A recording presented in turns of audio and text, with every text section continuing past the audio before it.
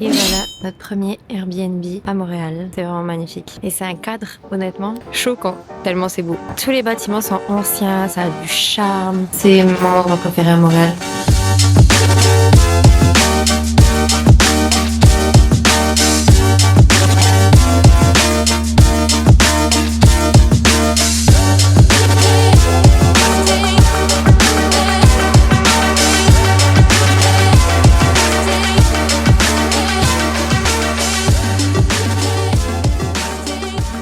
Voilà notre appartement.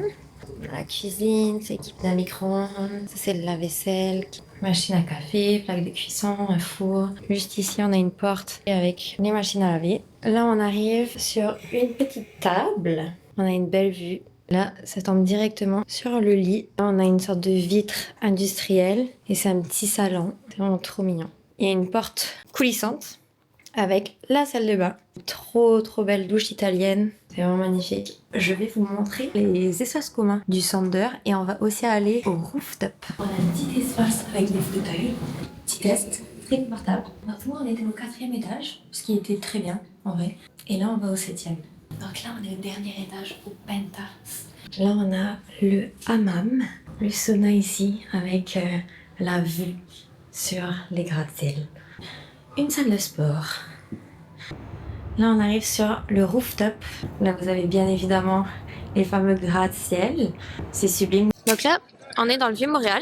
On est à la recherche de Bubble Head. C'est pour ma grand-mère. C'est ma mère qui m'a envoyé en mission. Vous savez, dans les voitures, des fois, il y a des petites figurines avec la tête qui bouge. Il y a déjà 3 magasins qu'on fait, il n'y a pas. Parce qu'il faut que ce soit un chat. Donc déjà, ils en ont quasiment pas. Puis en plus de ça, souvent, c'est des orignaux et pas des chats. C'est beaucoup trop beau. Et là, on se balade. Moi, j'aimerais bien trouver un matcha. Est-ce que tu penses qu'on peut nous trouver ça? Des bons matchas emportés? Sûrement. Tiens, regarde. Un resto-bar. Irlandais, américain, canadien, italien, québécois. Toutes les nationalités ici. Il y a un peu de tout, honnêtement. Vous avez des crêperies, vous avez des queues de castor. T'as déjà goûté ça, bé? Une queue de castor? C'est typique ici. Faut que tu goûtes, je pense. Tu veux goûter? Non, j'aime pas le castor. Bébé, c'est de la friture et pas doré. Ça ressemble pas à ça, genre. Non, je suis pas trop fan. On oublie les queues de castor. C'est où là? C'est là. Michael, passion photographie depuis qu'on a un nouvel appareil photo. J'ai découvert une nouvelle passion pour les escape games. On a fait un à Québec, puis on a découvert qu'on était vraiment une bonne team, surtout quand on était sous pression. Maintenant, on veut faire plein d'escape games. Et là, on a toujours voulu faire à Montréal. Ce qu'on avait fait, c'était à Québec. Donc, on va peut-être essayer de chercher ça.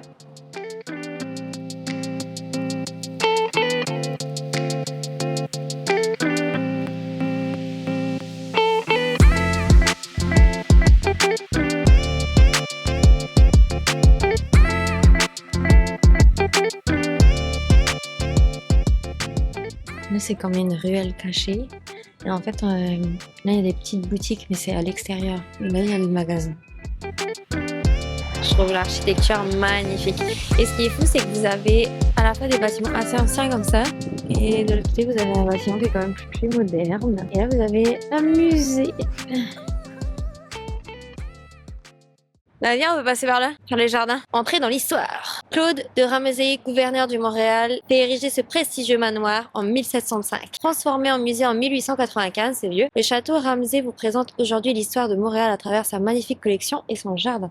Et là, on est dans les jardins, mon cœur. Alors, sont-ils magnifiques? Sont-ils dignes de Versailles? Miguel s'est vraiment découvert une nouvelle passion photographique. C'est plaisant. Maintenant, j'ai un photographe attitré. C'est quand même cute. Bon, c'est un peu délabré, mais il faut dire qu'on n'est pas venu non plus à la meilleure période.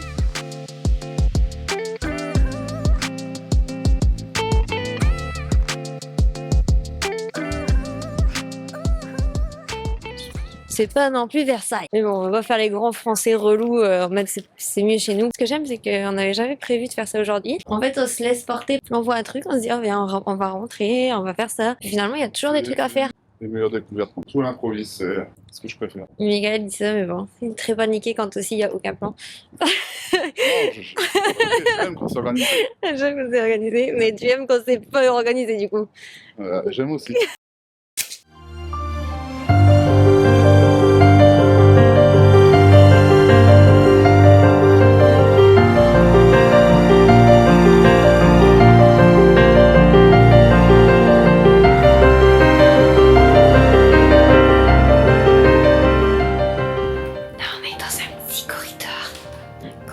vue de cette fenêtre. Donc là, en ce moment, c'est ça qu'on voit. Puis probablement que si on avait été en 1685, on aurait vu ça. Donc des charrettes avec un fleuve majestueux laissé à sa nature sauvage. Mais va-t'en, bébé. Belvédère.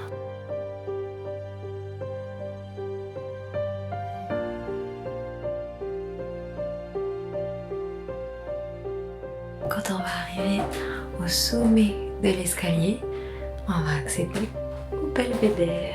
Alors c'est parti.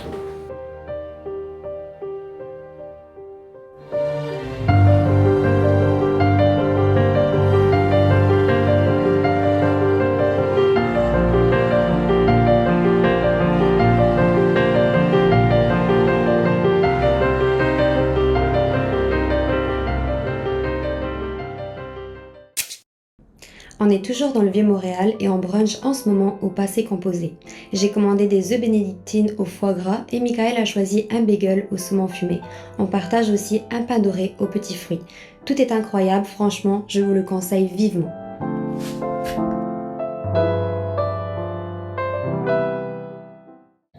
Regardez-moi ça, comment c'est magnifique. Et là, vous avez le marché Bon Secours. Bon, là, vous êtes quand même dans un truc hyper touristique, mais...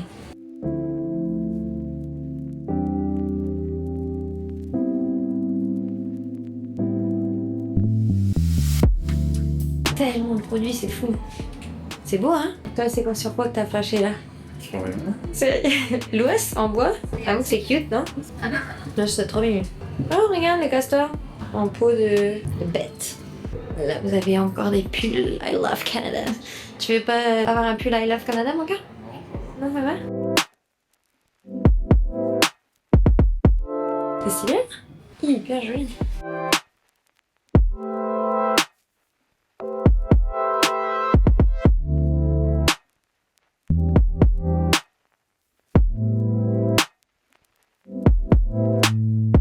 C'est trop mignon, ça.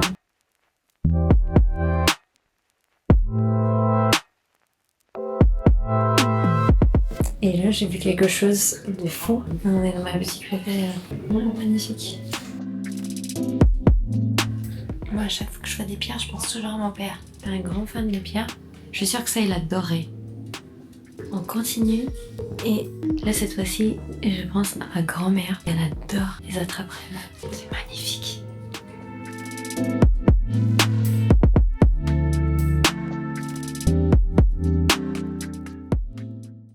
Et regardez, on est allé dans la chapelle tantôt.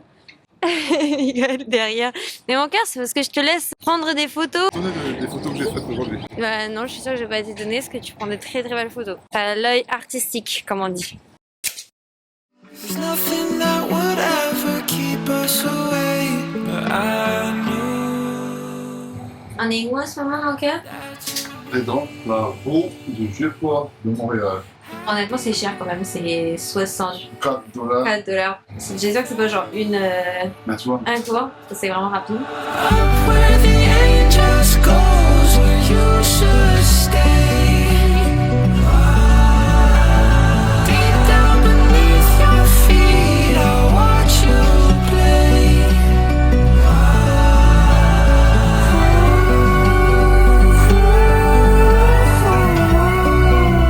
Je trouve que quand tu vlogs ou tu filmes, c'est toujours moins stressant parce que tu te concentres sur ça, tu te concentres pas que t'es hyper haut, genre. Ouf, je pense à mon père qui a le vertige, il serait vraiment pas bien là-dedans. Non. Et là, on arrive en haut. Là, on est vraiment tout en haut, hein. Ça fait un peu peur, les gars. Every second I'm spending with you is harder 'cause I know what I have to do, but I knew.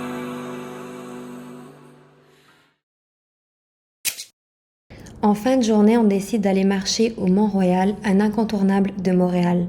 On se balade autour du lac aux castors et l'ambiance est si paisible. On vous laisse admirer ces belles images.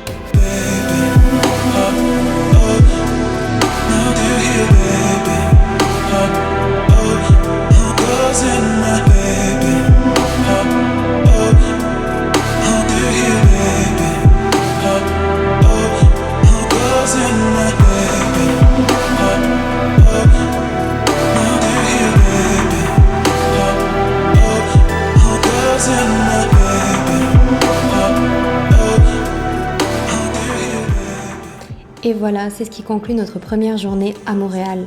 Juste avant d'aller dormir, on monte au Belvédère pour profiter de la vue sur les gratte-ciel illuminés. C'est juste magique. On va se coucher tôt parce que demain, une grosse journée nous attend, mais pour vous, ça commence tout de suite.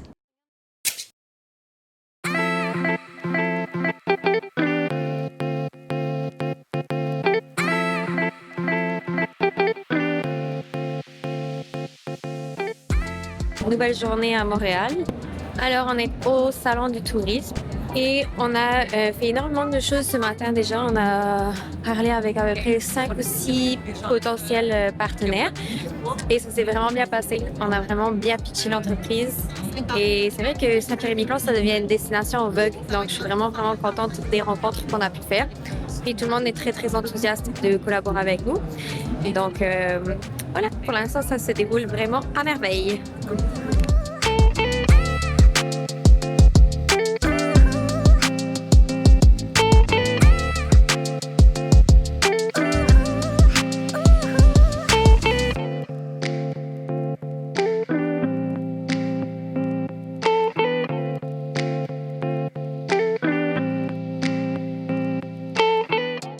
Donc là, on est au stand Acapulco. Il y a un monsieur qui m'a donné sa carte, Carlos Guevara. Donc, si jamais on va visiter Acapulco, on va pouvoir lui envoyer un petit message, puis il va nous faire des choses un petit peu sur mesure. Puis on a aussi vu avec une autre compagnie qui organise des circuits de croisière et ça pourrait être un partenaire potentiel.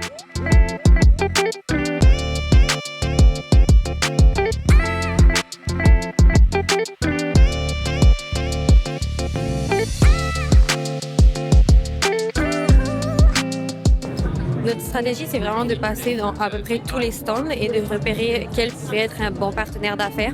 Donc, on vise vraiment les groupes, les agences de voyage. Et puis, voilà.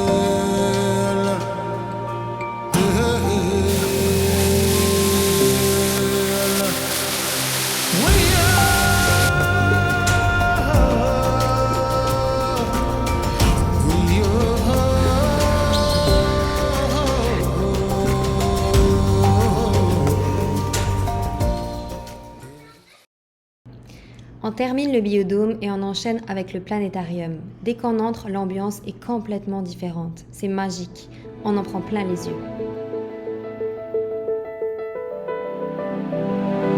10, 9, 8, 7, 6, 5, 4, 3, 2, 1.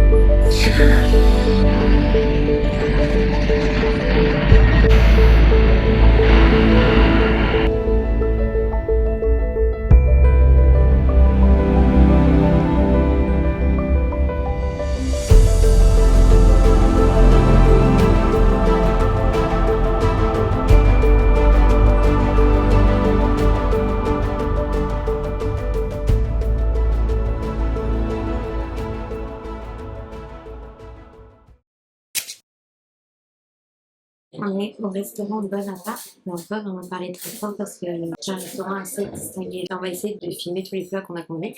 On a pris un menu dégustation. Est-ce que tu te rappelles de ce que tu as pris? Salade de... C'est une salade au piment de pain. Après, moi, j'ai fait saumon fumé, sauce truffe. Moi, j'ai pris crème brûlée de fouine. les pétanques et les crevettes à la vanille. Après, on a pris le bœuf. 5 quoi, et cognac. Et ensuite, dessert, il y avait un choix entre dessert et assiette de fromage. On a pris dessert.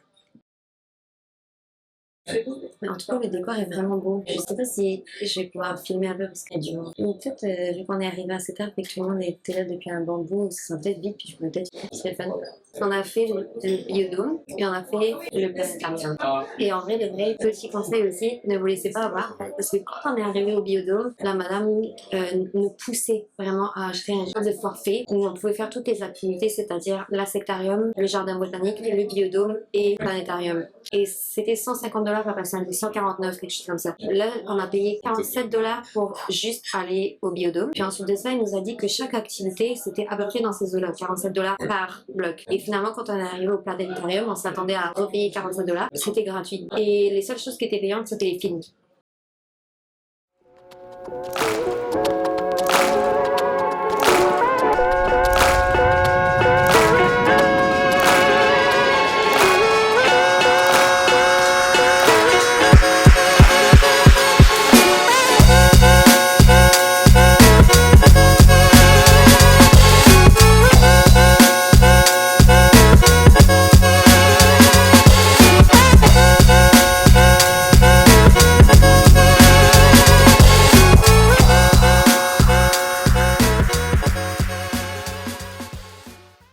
Notre réservation se finit là.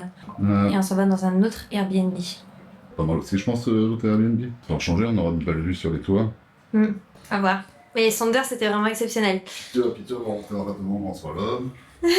Est-ce qu'on a vu des avis comme quoi le propriétaire rentrait dans l'appartement alors qu'il y avait des gens qui étaient dedans? Bizarre. Et on a quand même reçu un message, ce qui est bizarre parce que pour le Sonder, c'est très professionnel, c'est comme un appart hôtel. Là, on a quand même reçu un message du propriétaire de l'Airbnb dans lequel on va aller cet après-midi, qui dit quoi? Qui dit qu'on ne doit surtout pas révéler qu'on est dans un Airbnb et que si jamais on nous pose la question, faut dire qu'on est les amis de qui? Charles ou... Un nom bizarre. Et puis, pourquoi? Parce que les voisins sont contre le fait qu'il y ait un Airbnb et je pense plutôt que c'est illégal parce qu'il y a des endroits à Montréal où ils peuvent pas normalement faire d'Airbnb. C'est depuis qu'il y a la crise du logement. Ils essayent d'avoir un maximum d'appartements longue durée que des Airbnb. Donc il y a des endroits à Montréal où c'est complètement illégal et je pense qu'il en fait partie. Il fallait absolument que je vous fasse un fast cam pour tout vous expliquer. Ce qui nous est arrivé avec Airbnb, ça a été la catastrophe totale. Comme vous avez pu le voir dans le vlog, on est parti en déplacement professionnel à Montréal pour pouvoir assister au salon du tourisme. On a adoré l'expérience. Mais on s'y est pris un petit peu à la dernière minute, en toute honnêteté. Donc, ça a été un petit peu compliqué pour nous de trouver un hébergement sur toute la durée de notre séjour à Montréal. On a donc pris la décision de rester une partie du séjour dans le vieux Montréal, où on est resté au Sonder et on a adoré. C'était un super appartement, hyper sécuritaire et franchement, je vous le recommande à 1000%. Pour la deuxième partie du séjour à Montréal, on a décidé de rester en plein centre-ville et on s'est dit que vraiment on allait vivre la vibe de Montréal à fond. On a choisi l'appartement de Peter sur Airbnb. Les photos étaient magnifiques. On était dans une tour avec plein de services style piscine, sauna, etc. C'était hyper bien localisé et l'appartement était extrêmement moderne. C'était vraiment le top du top. Et la journée de changer d'Airbnb, de passer du Sonder à l'appartement de Peter, l'hôte nous envoie un message en nous disant que surtout si on croisait des voisins ou encore la sécurité, il ne fallait pas mentionner qu'on était des clients Airbnb, mais plutôt ses amis. Donc on se regarde avec Michael et on se dit, on est tombé dans un traquenard, mais de toute façon, on avait payé, on n'avait plus le choix que d'aller à l'appartement et de voir comment est-ce que ça allait se dérouler sur place. On arrive, il est à peu près 20 h.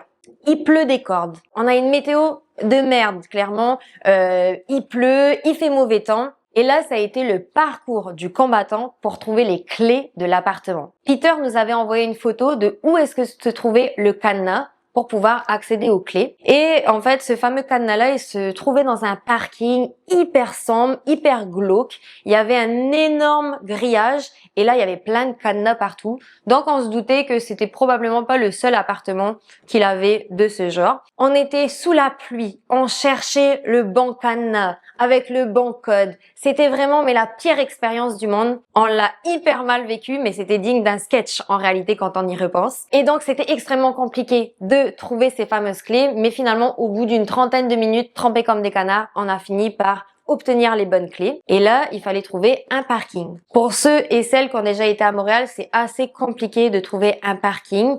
Et là, on était en plein centre-ville, donc c'était une énorme contrainte. Il était dit sur l'annonce Airbnb qu'il y avait un parking à disposition. Mais on n'en a jamais vu, on n'en a jamais trouvé. On a pris un parking qui était extrêmement proche de l'appartement. Et quand on arrive pour payer, le monsieur de la sécurité nous dit « Surtout, ne laissez rien, ne laissez aucun effet personnel dans votre véhicule parce qu'il y a énormément de vols par ici. » Encore une fois, c'était très rassurant. Et on finit par rentrer avec toutes nos valises dans le hall d'entrée. Et là, les voisins commencent à nous dévisager. Et avec la quantité de bagages qu'on avait, c'était un petit peu évident qu'on n'était pas les amis de Peter, mais bien des clients Airbnb. Donc, on se fait hyper mal voir, mais on décide de prendre l'ascenseur et de monter. Et là, on arrive dans une sorte de couloir bleu avec de la moquette, un bleu immonde, un vieux bleu dégueulasse. Et là, moi, je me dis... Je sais que je vais pas rester ici, je le sens mal, il y a quelque chose qui se passe, les gens nous dévisagent, c'est pas du tout comme sur les photos, je le sens mal en fait, vraiment je me sens pas à l'aise, je me sens pas bien. On ouvre la porte de l'appartement et c'est le choc total. Pour voir la suite de nos aventures et les péripéties qu'on a rencontrées avec l'appartement de Peter, on se donne rendez-vous mercredi prochain dans le vlog numéro 2 de notre séjour à Montréal à 16h heure de Québec, 18h heure de Saint-Pierre et 22h heure de France. Surtout, n'hésitez pas à vous abonner si le vlog vous a plu et à laisser un pouce bleu. Bye!